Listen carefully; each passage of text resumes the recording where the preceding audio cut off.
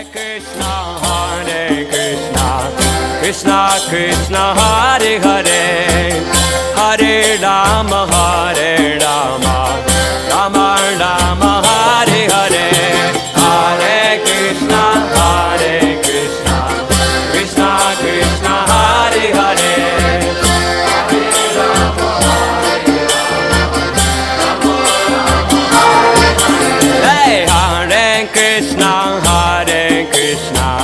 Krishna Krishna Hare Hare Hare Rama Rama Rama Hare Hare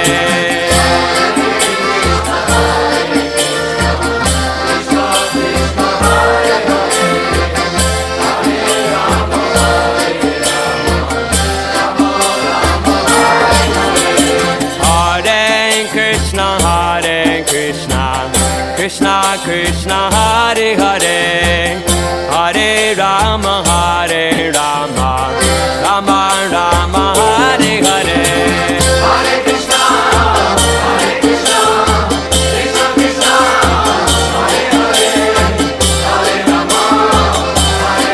Krishna Krishna Hare Hare Hare Rama Hare Krishna Krishna Krishna Hare Hare Hare Rama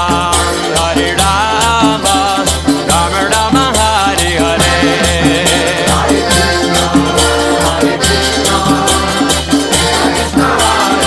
Gaura Hariva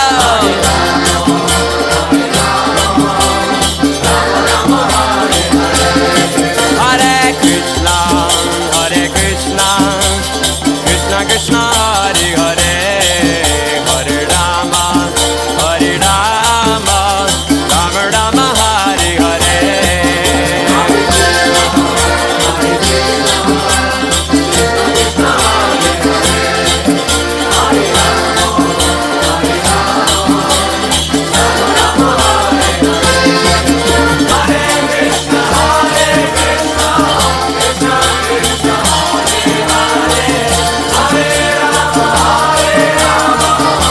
Rama Hare Hare Hare Krishna Krishna Krishna Hare Hare Hare Rama Rama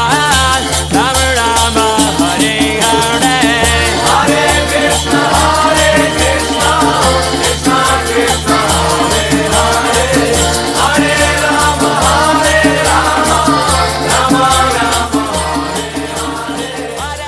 Krishna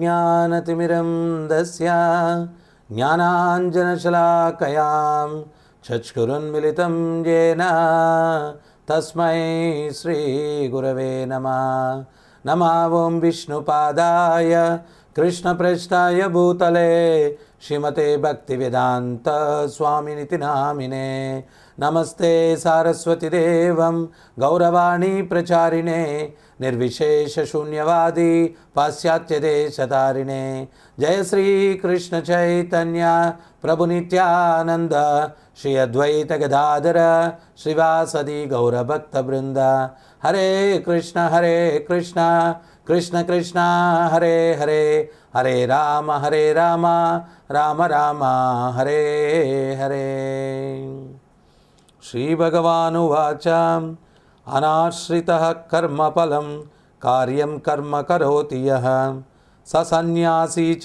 योगी च न నిరగ్నిర్నచాక్రియః. శ్రీకృష్ణ భగవానుడు పలికెను, కర్మపరముల ఎడ ఆసక్తి కొనక చేయవలసిన కార్యములను నిర్వహించువాడే సన్యాసి కాగలడు. అతడే నిజమైన యోగి. అంతే కానీ కేవలము అగ్నిని రగిలింపక మరియు కర్మలను చేయక యుండెడివాడు యోగి కాజాలడు. సన్యాసం అంటే చెడుకు సన్యాసం. ఆచార్యులు ఏం చెప్తూ ఉన్నారు అంటే, మౌనవ్రతం అని చెప్పి అనుకున్నాం అనుకోండి, ప్రాపంచిక విషయాలు మనం మాట్లాడడం వల్ల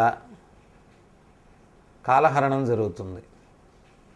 అదే 24 గంటలు కృష్ణుని గురించి మాట్లాడేటువంటి వాడు అతను మౌని అవుతాడంట. మనం చేసేటువంటి ప్రక్రియ ఏదైనా కానీ సున్నాలు ఎన్నన్నా పెట్టుకోండి, దానికి విలువ లేదు. 1000 సున్నాలకి, 1,00,000 సున్నాలకి, కోటి సున్నాలకి ఒకటి చేరిస్తే అన్ని సున్నాలకి కూడా విలువ వస్తుంది. అదే రకంగా మనం చేసేటువంటి ప్రతి ఒక్క ప్రక్రియలో ఆ భగవంతుడిని చేర్చుకోవడం ద్వారా, ప్రక్రియ చేయకుండా ఉండలేం, ఇది కర్మభూమి. అయితే కర్మ చెయ్యమని చెప్పడం అంటే అది తప్పుగా కూడా అర్థం చేసుకోకూడదు. కర్మ, వికర్మ, అకర్మ, శాస్త్రాలకు అనుగుణంగా ఉన్నటువంటిది కర్మ, విరుద్ధంగా ఉన్నటువంటిది వికర్మ. అనుగుణంగా ఉన్నటువంటిది చేస్తే పుణ్యం వస్తుంది, విరుద్ధంగా ఉన్నటువంటిది చేస్తే పాపం వస్తుంది. పుణ్యమైనా పాపమైనా అనుభవించడానికి మళ్ళా ఈ కర్మభూమికి రావాలా, మీ సేవ నాకు కావాలా అనుకున్నవాడు మోక్షాన్ని పొందుతాడు. సన్యాసి అన్నటువంటి వ్యక్తి ఆ భగవత్ సేవలో తను తాను కైంకర్యం చేసుకుంటాడు. మరి ఆ భగవత్ సేవలో తను తాను కైంకర్యం చేసుకోవాలా అంటే మనోనిగ్రహం, ఇంద్రియ నిగ్రహం అన్నటువంటిది చాలా అవసరం.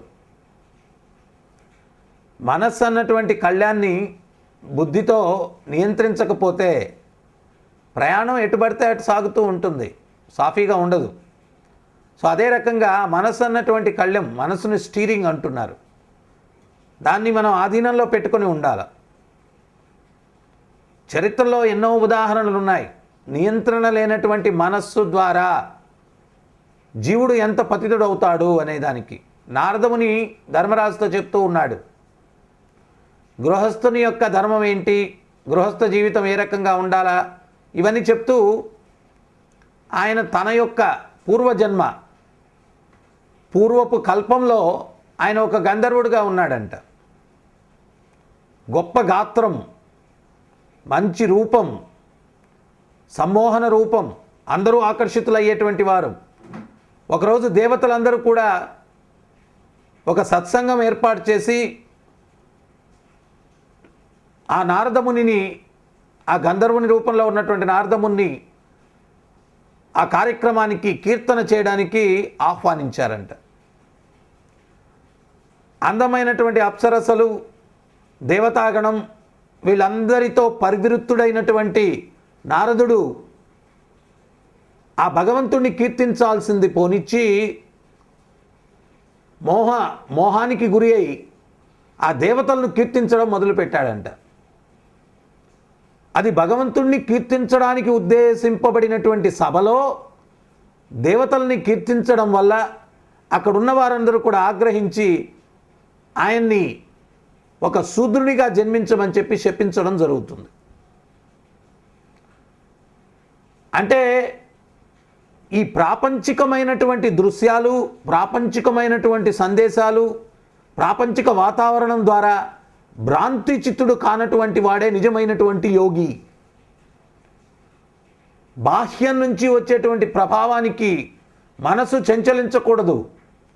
ఆయన ఈ అప్సరసలు, దేవతలు అందరూ పరివృత్తులై ఉండేసరికి ఆయన మనసు ఆ భగవంతుని కీర్తన నుంచి మరలిపోయింది. యోగి చేసేటువంటి ప్రతి ఒక్క ప్రక్రియ కూడా ఆ యోగీశ్వరుడైనటువంటి భగవంతుణ్ణి సంతృప్తిపరచడానికే చేస్తాడు. ఇది మనం గుర్తించాలి, ఇది గుర్తించాలి. అయితే పుట్టినప్పటికీ కూడా చతుర్మాస్య సమయంలో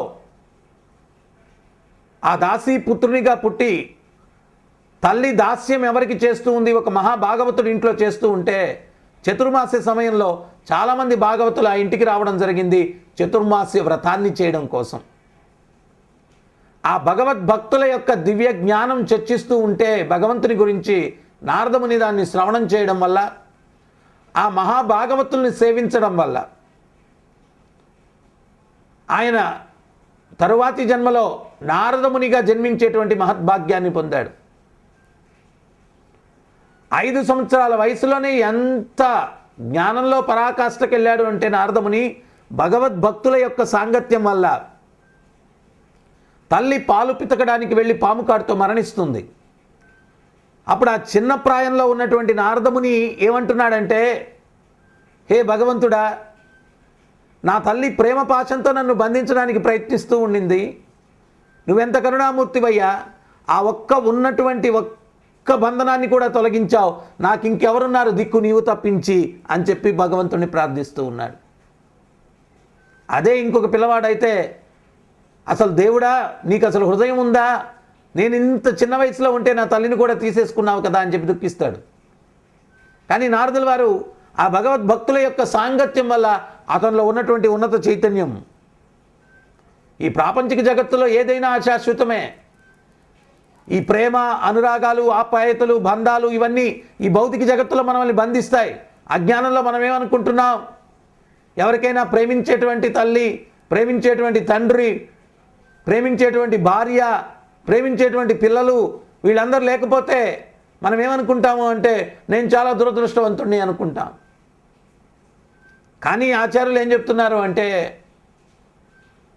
భౌతికమైనటువంటి అపజయం ఆధ్యాత్మిక విజయానికి మార్గం అని చెప్తూ ఉన్నారు. మనం భౌతికంగా ఎప్పుడైతే ఇక్కడ ఫెయిల్ అవుతామో అప్పుడు ఆధ్యాత్మికం పట్ల మన చైతన్యం మరలుతుంది. ఇక్కడ అన్నీ బాగుంటే మనకు భగవంతుడు అసలు గుర్తుకే రాడు.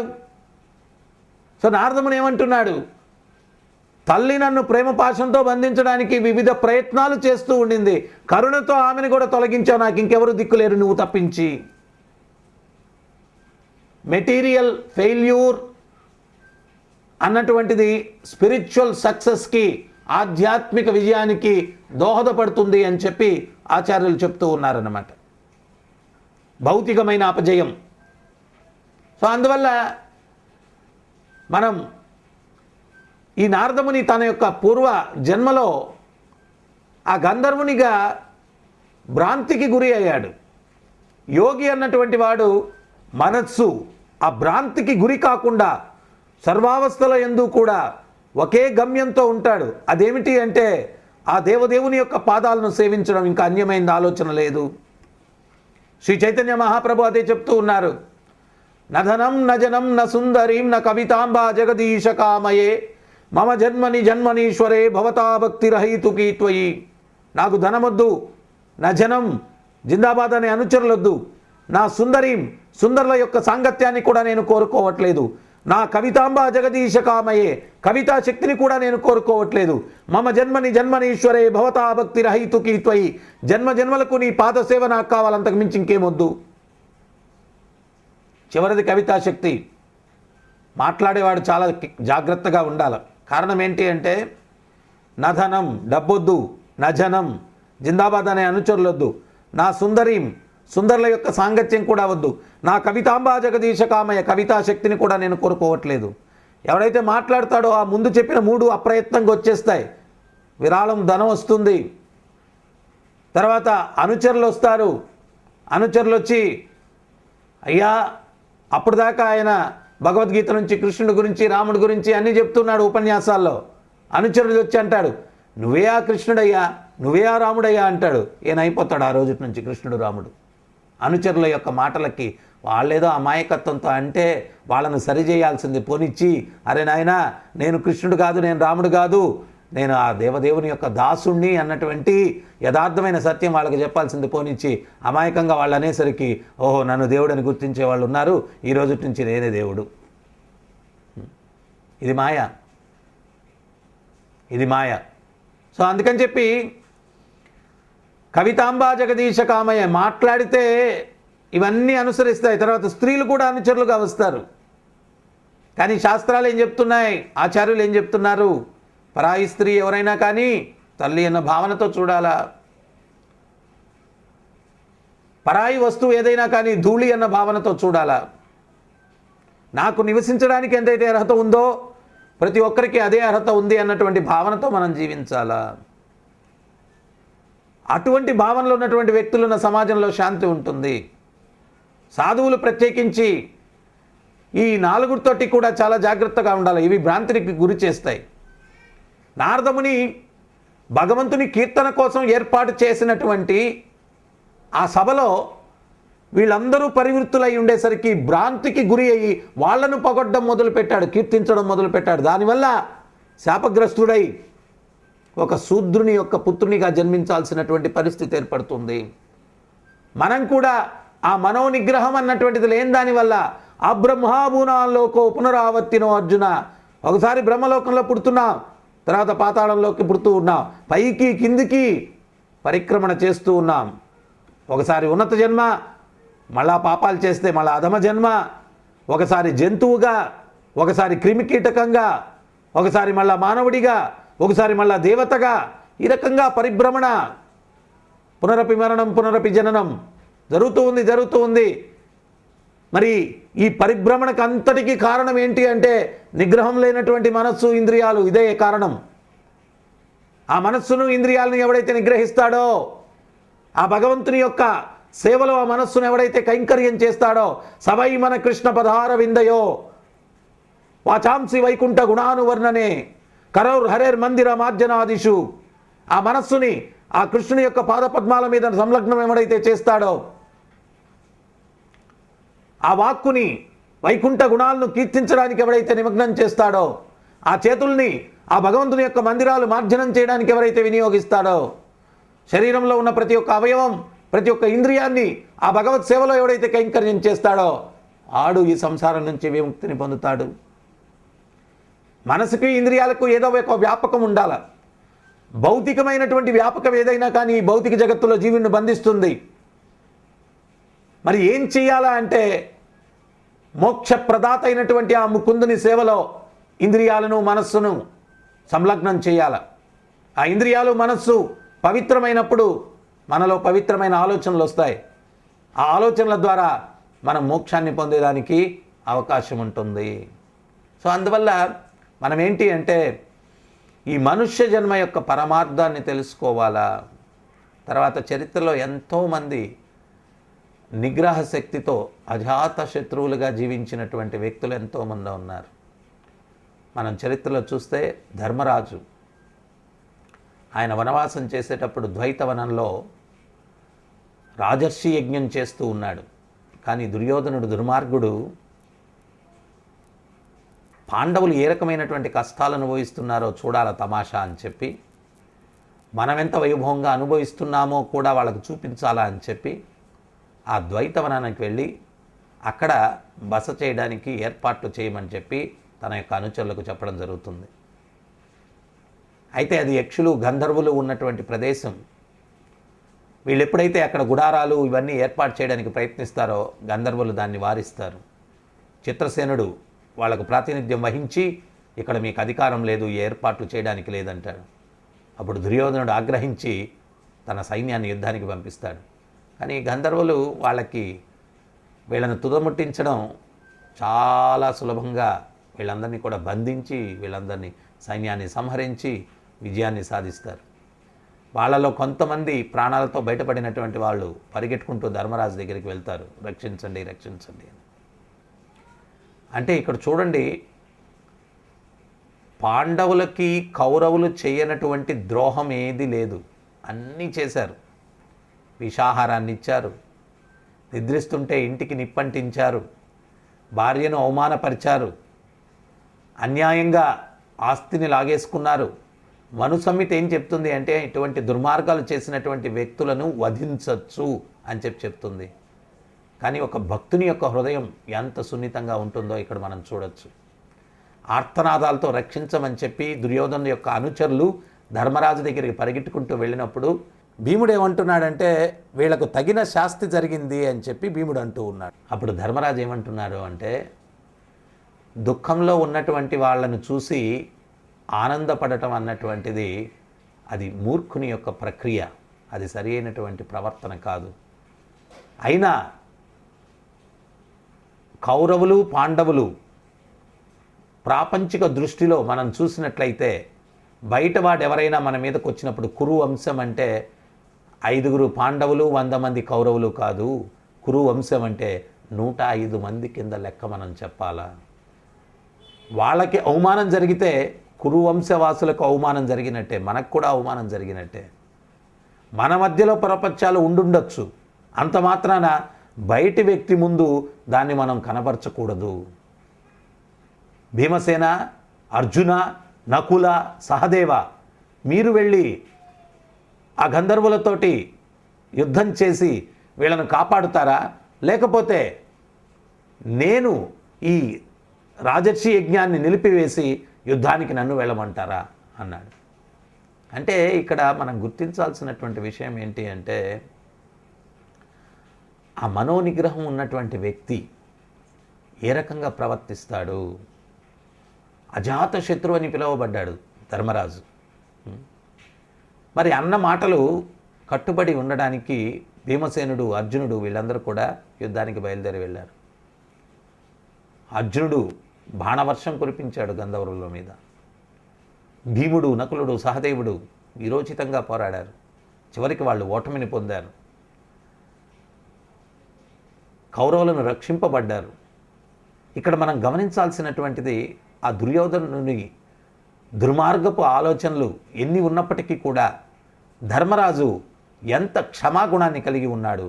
అప్పటికైనా దుర్యోధనలో పాశ్చాత్తాపం కలిగి పరివర్తన కలిగిందా అంటే లేదు. మరి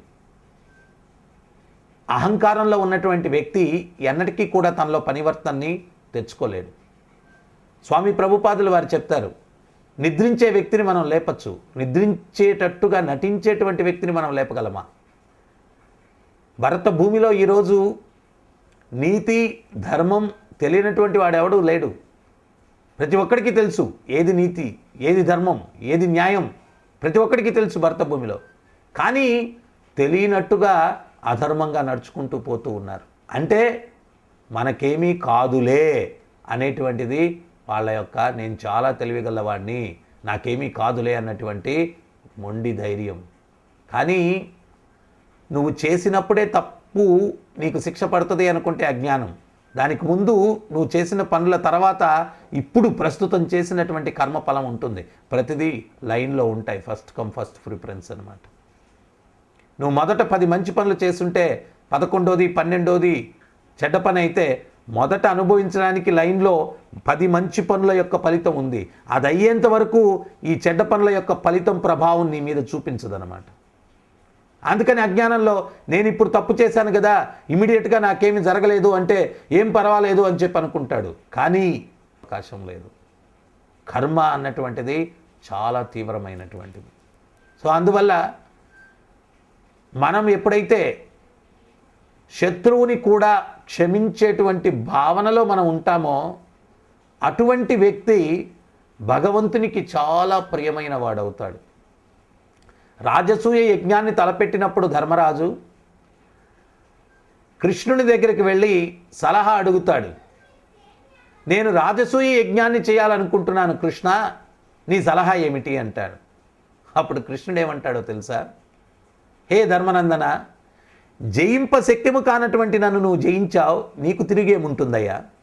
కానీ నువ్వు జయించావు. రణరంగంలో జయించావా? కాదు, నీ ఇంద్రియాలను నిగ్రహించడం ద్వారా నన్ను నువ్వు జయించావు అంటున్నాడు. అంటే భగవంతుణ్ణి మనం జయించగలము అంటే ఆ ఇంద్రియాలను నిగ్రహించిన వాడే భగవంతుణ్ణి జయించగలడు. వాడే నిజమైన సన్యాసి. కర్మలేమీ చేయకుండా ఉండేవాడు కాదు, కర్మలు చేస్తున్నాడు. ఎవరి కోసం? భగవత్ ప్రీత్యర్థం కర్మలు చేస్తూ ఉన్నాడు. అతను కర్మలు చేసినప్పటికీ కూడా అది తన ఇంద్రియ తృప్తి కోసం చేయట్లేదు, భగవత్ ప్రీత్యర్థం చేస్తున్నాడు. కాబట్టి వాడు నిజమైన సన్యాసి అవుతాడు. ఇది మనం అర్థం చేసుకోవాలా? అట్లని చెప్పి నేను సన్యాసిని, ఏ కర్మలు చేయను అని చెప్పి శారీరకంగా నిగ్రహించి మానసికంగా 24 గంటలు ఇంద్రియ తృప్తి కోసం ఆలోచించేటువంటి వాడు కపటి, వాడు భోగి అవుతాడు.